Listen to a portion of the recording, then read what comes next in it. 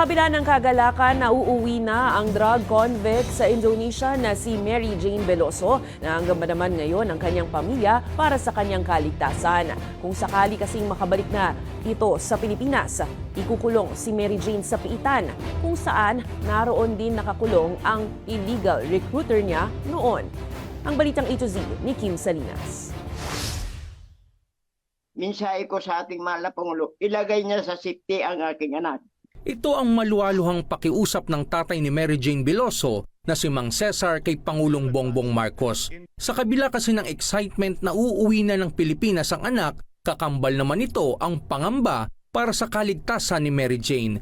Una nang sinabi ng Department of Justice na oras na matuloy ang pagbabalik bansa ng OFW death row convict sa Correctional Institution for Women sa Mandaluyong City niya ipagpapatuloy ang kanyang sentensya. Pero ang agam-agam ng pamilya sa parehong kulungan din nakapiit ang tinuturong recruiter ni Veloso. Dahil sa binitiwang salita ni Cristina Serio na sila ay international na sindikato. Baka patayin si Mary Jane o patayin pati kayo madamay. Yun po ang binitiwan niya salita po sa amin.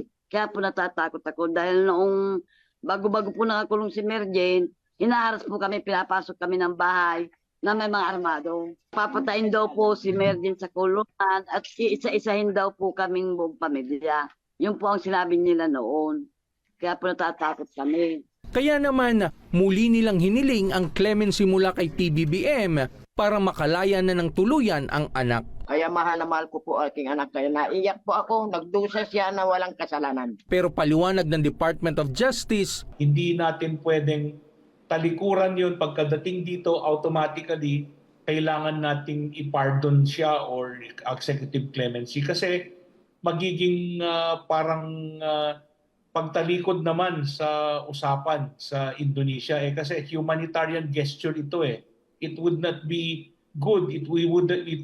Sa optics na lang, sa international relations. giit naman ni Pangulong Marcos, malaking bagay na ang naging paggaan ng sentensya kay Mary Jane na nasagip mula sa parusang kamatayan sa Indonesia salamat sa magandang relasyon ng dalawang bansa. We will have to decide what will happen next. As I said, we have been working on this for all the previous president, hindi lang ako.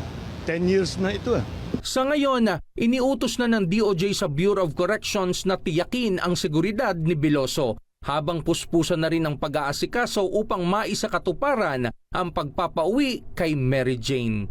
Para sa Balitang A to Z, Kim Salinas.